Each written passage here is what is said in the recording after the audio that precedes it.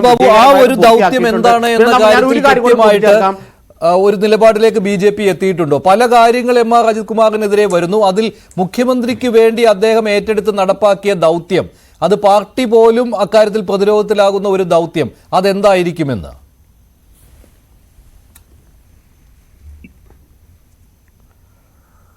അത് MR അജിത് കുമാറിനോടും മുഖ്യമന്ത്രിയോടും ചോദിക്കുകയായിരിക്കും നല്ലത്. ഞാനൊരു കാര്യം ചോദിച്ചോട്ടെ മഞ്ജുഷേ.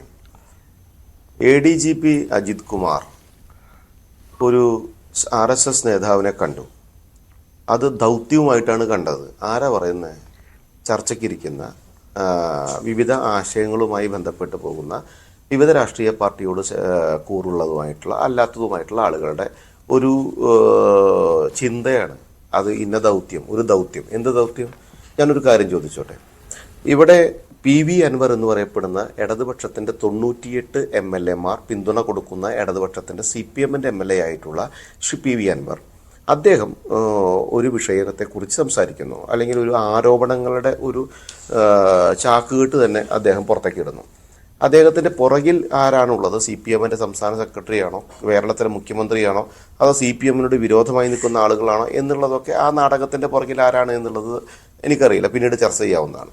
2, അദ്ദേഹം ഉന്നയിച്ച വിഷയത്തിൽ ഈ RSS നേതാവിനെ അല്ലെങ്കിൽ ഒരു വ്യക്തിയെ കണ്ടു എന്നുള്ള ചർച്ച ചൂസ് ആൻഡ് പിക്ക് ചെയ്യുന്ന ആ രാഷ്ട്രീയത്തെക്കുറിച്ച് മഞ്ജുഷ ആലോചിച്ച് നോക്കിയിട്ടുണ്ടോ? അതിൽ കൃത്യമായിട്ട് കോൺഗ്രസിൻ്റെ നേതാവായിട്ടുള്ള ശ്രീ VD സതീശിൻ്റെ രാഷ്ട്രീയമുണ്ട്. എന്താ രാഷ്ട്രീയം എന്നറിയാമോ? ADGP അജിത് കുമാറിനെ കുറിച്ച് ഇടതുപക്ഷത്തിൻ്റെ ഒരു MLA പറഞ്ഞ കാര്യങ്ങളിൽ ഏറ്റവും പ്രധാനപ്പെട്ട കാര്യം എന്താണ്? അദ്ദേഹം കൊലപാതകത്തിന് കൂട്ടുനിന്നിട്ടുണ്ട്. അദ്ദേഹത്തിൻ്റെ ആരോപണം ഞാൻ പറഞ്ഞിൻ്റെ. 2, സ്വർണ്ണപ്പൊട്ടിക്കലുമായി ബന്ധപ്പെട്ട് അദ്ദേഹം എല്ലാം കൃത്യമായി ചെയ്തു കൊടുത്തിട്ടുണ്ട്. സ്വർണ്ണക്കടത്തും സ്വർണം പൊട്ടിക്കലിനും കൂട്ടുനിൽക്കുന്ന വലിയൊരു നെക്സസിനെ കൈകാര്യം ചെയ്യുന്ന ഒരു വിഭാഗത്തിൻ്റെ തലവനായിട്ട് ഇദ്ദേഹം പ്രവർത്തിച്ചിട്ടുണ്ട്. 3, എന്താണ്? മുഖ്യമന്ത്രിയുടെ അടക്കമുള്ള അല്ലെങ്കിൽ മറ്റ് വ്യക്തികളുടെ അടക്കമുള്ള ഫോണുകൾ കൃത്യമായിട്ട് ഇദ്ദേഹം ചോർത്തിക്കൊണ്ടിരിക്കുന്നു. ഈ 3 കാര്യങ്ങളുടെ ഗ്രാവിറ്റി എടുക്കുക, അതിൻ്റെ തീവ്രത എടുക്കുക, എന്നിട്ട് ഒരു ഇന്ത്യൻ പൗരനെ കണ്ട ഒരു ഗ്രാവിറ്റി കൊടുക്കുക. RSS നേതാവിനെ കാണുന്നത് നിയമം വഴി എവിടെയെങ്കിലും നിരോധിക്കപ്പെട്ടിട്ടുണ്ടോ? RSS നേതാക്കന്മാരെ കാണാൻ പാടില്ല എന്ന് ഏതെങ്കിലും സ്ഥലത്ത് എഴുതി വെച്ചിട്ടുണ്ടോ? ഇല്ല, അത് ഒരിക്കലും ഇല്ല. അത് മാത്രമല്ല, അല്ലല്ല, അങ്ങനെ ഒരു ഒരു നിരോധിത സംഘടന അല്ലാത്തത് കൊണ്ട് അതിനകത്ത് ഒരു പ്രശ്നവുമില്ല. അല്ല, അത് ചൂസ് ആൻഡ് പിക്ക് എന്നല്ല. ഇതിൽ മുഖ്യമന്ത്രിയുടെ ഏത് ദൗത്യം ഏറ്റെടുത്ത് നടപ്പിലാക്കി അത് പുറത്തു പറയാൻ മടിയുള്ളതാണ് എന്നുള്ള ചോദ്യമാണല്ലോ. ഞാൻ അതാണ് ചോദിച്ചത്. അല്ല, ഞാൻ ഈ RSS കൂടിക്കാഴ്ചയിലേക്ക് നേരിട്ട് കൊണ്ടുവന്ന് എത്തിക്കുക ആയിരുന്നില്ല. താങ്കൾ പറഞ്ഞ മറ്റു കാര്യമുണ്ടല്ലോ, കൊലപാതകം എന്നുള്ള ആരോപണം, സ്വർണം പൊട്ടിക്കൽ, സ്വർണ്ണക്കടത്ത് കേസിലെ സഹായം, ഇതൊക്കെ ഉണ്ടല്ലോ. ഇതൊക്കെ ഈ കാര്യങ്ങളൊക്കെ മുഖ്യമന്ത്രി അറിഞ്ഞിട്ടുള്ളതാകാൻ വഴിയുണ്ടല്ലോ. കാരണം ഇന്ത്യൻ സംവിധാനം അത്ര ശക്തമാണ് കേരളത്തിലും. അപ്പോൾ അതിലൊന്നും ഒരു നടപടിയും വേണ്ട, അത് മുന്നോട്ട് പൊയ്ക്കോട്ടെ എന്ന് മുഖ്യമന്ത്രി തീരുമാനിക്കുകയാണെങ്കിൽ മറ്റേതോ ദൗത്യത്തിൽ മുഖ്യമന്ത്രി ഇദ്ദേഹത്തിന്റെ സഹായം തേടിയിട്ടുണ്ട് എന്ന് വേണ്ടേ അനുമാനിക്കാൻ. അങ്ങനെ വരുമ്പോൾ ഇതും അവിടെ ഒരു ഘടകമാണ്. RSSുമായിട്ടുള്ള ചർച്ചയും ഒരു ഘടകമാണ്. കാരണം അത് CPM-നെയും സർക്കാരിനെ സംബന്ധിച്ചിടത്തോളം പ്രധാനമാണ്. BJP അല്ലായിരിക്കും, RSSനെ അല്ലായിരിക്കും. കാരണം RSS എല്ലാ രാഷ്ട്രീയ പാർട്ടി നേതാക്കളുമായിട്ടും കൂടിക്കാഴ്ച നടത്തുന്നതാണ്, സമൂഹത്തിലെ എല്ലാ വിഭാഗങ്ങളുമായിട്ടും കൂടിക്കാഴ്ച നടത്തുന്നതാണ്. ഇതൊക്കെ ഉള്ളതാണ്. പക്ഷേ CPM-നും അതുപോലെ തന്നെ LDF-നും അങ്ങനെയല്ല. അതുകൊണ്ടാണല്ലോ LDF-ലെ മറ്റ് ഘടകകക്ഷികൾ, ഉദാഹരണത്തിന് CPI ചോദ്യം ഉന്നയിച്ചിരിക്കുന്നത് CPM-ന്റെ നേരെ എന്താണ് ആ കൂടിക്കാഴ്ചയുടെ കാരണമെന്ന് വ്യക്തമാക്കണമെന്ന്. അവരെ ബാധിക്കുന്ന ഒരു പ്രശ്നമാണത്. ഞാൻ ചോദിച്ചോട്ടെ, ഇപ്പൊ മഞ്ജുഷ ചോദിച്ചു, ഈ വിഷയത്തിൽ സ്വർണം പൊട്ടിക്കലും കൊലപാതകത്തിലും ഇത്യാദി കാര്യങ്ങളൊക്കെ മുഖ്യമന്ത്രി അറിഞ്ഞിട്ടുണ്ട് എങ്കിൽ ആ വിഷയത്തിൽ നിന്ന് ശ്രദ്ധ ചലിപ്പിക്കാൻ വേണ്ടി, ശ്രദ്ധ തിരിക്കാൻ വേണ്ടിയിട്ടായിരിക്കില്ലേ ഒരു സന്ദർശനത്തിന്റെ പേരും പറഞ്ഞ് ഈ ചർച്ചയെ വഴിമാറ്റി വിടുന്നതെന്ന് ഞാൻ നിങ്ങളോട് ചോദിച്ചാൽ നിങ്ങൾക്ക് എന്തായാലും മറുപടിയുള്ളത്? ഏറ്റവും തീവ്രതയുള്ള വിഷയങ്ങളെ ചർച്ച ചെയ്യാതെ ഈ ഒരു വിഷയത്തിലേക്ക് രാഷ്ട്രീയമായിട്ട് വേർതിരിച്ചുകൊണ്ട് ചർച്ച ചെയ്യുന്നതിന്റെ പുറകിൽ കൃത്യമായിട്ടുള്ളൊരു അജണ്ടയടക്കം അങ്ങനെയുണ്ടെന്ന് തോന്നുന്നില്ല കേട്ടോ. ഞാൻ ഈ ചർച്ചയിൽ എല്ലാ കാര്യങ്ങളും ഉന്നയിച്ചിട്ടുണ്ട്.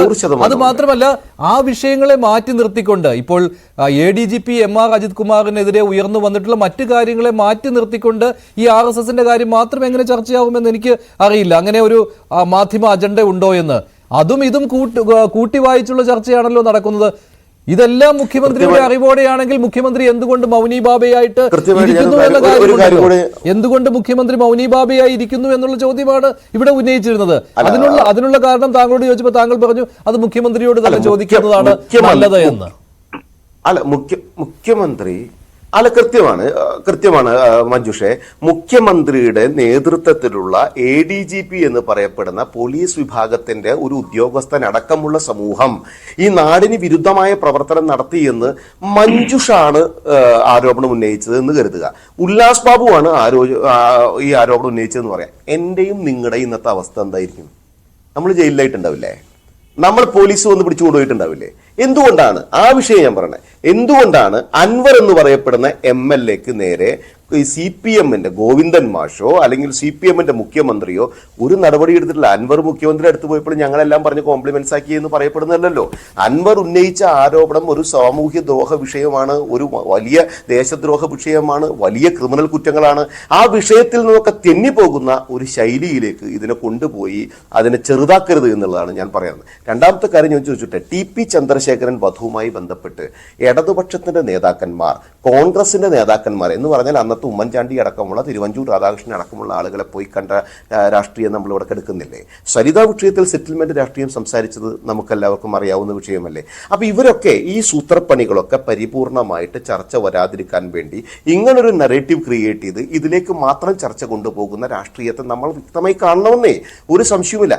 അജിത് കുമാർ എന്ന് പറയപ്പെടുന്ന വ്യക്തി മാത്രമല്ല, കേരള പോലീസിന്റെ നേതൃത്വത്തിലിരിക്കുന്ന വ്യക്തികൾ കൃത്യമായിട്ട് ഇടതുപക്ഷ രാഷ്ട്രീയ സംവിധാനത്തിന്റെ അടിമകളായിക്കൊണ്ട് ഈ സമൂഹത്തിനെതിരായ പ്രവർത്തനം നടത്തുന്നുണ്ടെങ്കിൽ അതിനെതിരെ ആഭ്യന്തര വകുപ്പ് പൂർണ്ണമായിട്ടുള്ള നടപടിയെടുക്കണം. ആഭ്യന്തര വകുപ്പ് അതിൽ പരാജയപ്പെടുന്നു എന്ന് ഇന്നലെയും BJP പറഞ്ഞു തുടങ്ങിയതല്ലോ. കോൺഗ്രസ് ഒക്കെ ഈ വിഷയം എടുക്കുന്നതിന് എത്രയോ മുൻപ് BJP ആരോപിച്ച വിഷയങ്ങളായിരുന്നു ഇതൊക്കെ. അന്നൊക്കെ BJPയുടെ ആരോപണങ്ങളായിട്ടും കേന്ദ്ര ഏജൻസികൾ ഞങ്ങളെ വേട്ടയാടുന്നുവെന്ന് കോൺഗ്രസും CPMും ഒരുമിച്ച് നിന്ന് പറഞ്ഞവരല്ലേ. ഇന്ന് ഇവർ ഇതിനെ വേർതിരിച്ച് കാണുമ്പോഴാണ് നമ്മൾ സംശയം ഉന്നയിക്കേണ്ടത്.